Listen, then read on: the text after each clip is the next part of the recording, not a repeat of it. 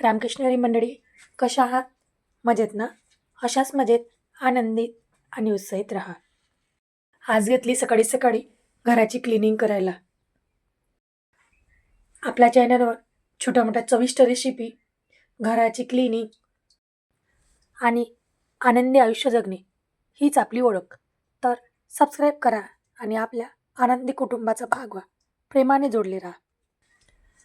आणि पूर्ण डबे क्लिनिंगला काढले. पूर्ण रॅक वगैरे घासून घेतली, पुसून थोडी ऊन देऊन आतमध्ये भरभूर करायला घेतले. पेनाने नोटबुकच्या छोट्या छोट्या चिठ्ठ्या करून त्यावर लिहून घेते आणि ज्या डब्यात जी वस्तू आहे त्या डब्याचे नाव लिहून भरून ठेवते. पुढे जास्त शोधाशोध करावी लागत नाही आणि डब्यांना हातसुद्धा लागत नाही, त्यामुळे डबे बेकारसुद्धा होत नाही.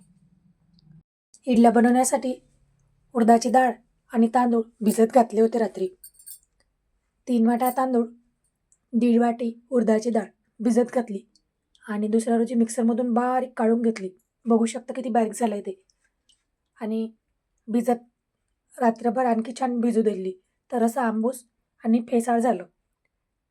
अशा फेसाळ तांदूळाच्या पिठाच्या इडल्या छान बनते आणि फुगतेसुद्धा. ते थोडा मेथीदाणा टाकायचा भिजत घालायच्या वेळेस, त्यामुळे इडल्या मऊसूद होण्यास मदत होते. आणि जेव्हा मिक्सरमधून बारीक करतो त्यामध्ये थोडे वाटीभर पोहे टाकायचे, त्यामुळे पांढरं शुभ्र होण्यास आणि त्याला फ्लफीपणा येण्यास मदत होते. भांड्याला तेल लावून घेतले आणि जिथे होल मोठे आहे तिथे दुसरं भांडं ठेवायचं, त्यामुळे वरची इडली छान सॉफ्ट मऊ शिजून येते. पूर्ण इडल्या करून घेतल्या आणि बघू शकता पीठ किती छान फेसाळ झाला आहे ते.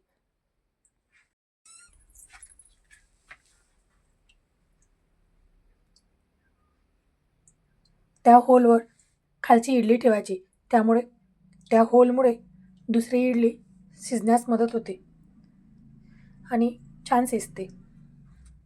इकडे जाऊबाईच्या शेतातून आवळे आणले होते, ते धुवून घेतले आणि आवळा कँडी करायला सुरुवात केली. गंजात पाणी टाकून चाळणी ठेवून 10 मिनिट छान वाफवून घ्यायचे. लगेचच वाफवले जातात. ज्या आवळ्याला डाग आहे ते 2 दिवस झाले, त्यामुळे त्याला डाग आहे. ते आतून मात्र छान आहे.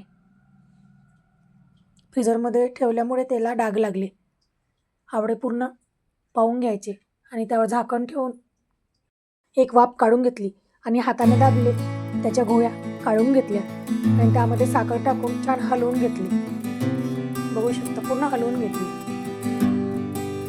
फोडणीचं वरणसुद्धा करून घेतलं आणि इडल्या तयार. आणि इकडे हलवून झाकून ठेवलं आणि बघू शकता दुसऱ्या रोजी छान पाणी पूर्ण साखर मिक्स करून झालेली आहे. आणि हे तिसऱ्या रोजी असं फेसाळलं की समजावं साखर पूर्ण जाड होऊन राहिली. आणि 4 दिवस छान बनवून दिले. चाळणीत गाळून घेतले. खायचा पाक खाली थोडा थांबून खाली गळू दिला आणि ताटात अशा छान पसरून घेतल्या. आणि याला 2-3 दिवस ऊन द्यायची. छान पांढरं शुभ्र कँडी तयार होतात जेवणानंतर खाण्यासाठीच. आणि कुठे बाहेर जायचं असलं म्हणजे डब्यात भरून छान चवीला लागतात. आणि इकडे बाजार असल्यामुळे मेथी आणली होती. मेथी निसून धुवून ठेवली, सुकून फ्रीजमध्ये भरून ठेवण्यासाठी इथे वाळवून घेतली. आणि सांबारसुद्धा निसून घेतला आणि धुवून घेतला. पालकसुद्धा छान निसून धुवून घेतली आणि ही भाजी मोकळी तीसुद्धा निसून घेतली. मी दुपारच्या वेळेस खाली टाईमास असे कामं करून घेते, त्यामुळे आपला टाईमसुद्धा जाते आणि पटापट कामंसुद्धा उरकले जातात. छान फ्रेश पालक दोन्ही धुवून घेतले आणि फ्रीजमध्ये भरून ठेवले. आणि इकडे पालक थोडी गंजात तेल टाकून थोडी गरम करून घेतली आणि तो जो हिरवटपणा आहे तो कमी होण्यास मदत होते. त्यामध्ये कणिक, तीळ, तिखट, मीठ चवीनुसार मिक्स करून छोट्या छोट्या पुऱ्या लाटून घेतल्या आणि तेलातून तळून घेतल्या. बघू शकता किती टम्म फुगल्या आहेत त्या.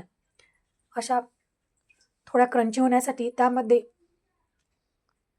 भाजीचं पीठ आणि थोडं चम्मचभर गरम तेल टाकायचं, त्यामुळे त्यात क्रंची बनतात. आणि हिरवट जर गरम केली नसेल तर त्यामध्ये थोडं 2 चम्मच दही टाकायचं. त्यामध्ये चवसुद्धा छान लागते आणि थोडं कडकपणा येतो. बघू शकता किती कडक आणि छान. आमच्याकडे अशा लालसर झालेल्या पालकपुऱ्या छान लागतात. तुम्हीसुद्धा करून बघा आणि कशा झाल्या त्या कमेंट बॉक्समध्ये कमेंट करून सांगा. आजचा व्हिडिओ इथेच संपवते. भेटूया पुन्हा अशा नवीन एका छानशा व्हिडिओमध्ये. तोपर्यंत बाय. पूर्ण व्हिडिओ बघितल्याबद्दल धन्यवाद. चॅनलवर नवीन असाल तर सबस्क्राईब करा, घंटीची बटन प्रेस करा आणि जुन्या व्हिडिओला प्रेम दिल्याबद्दल धन्यवाद.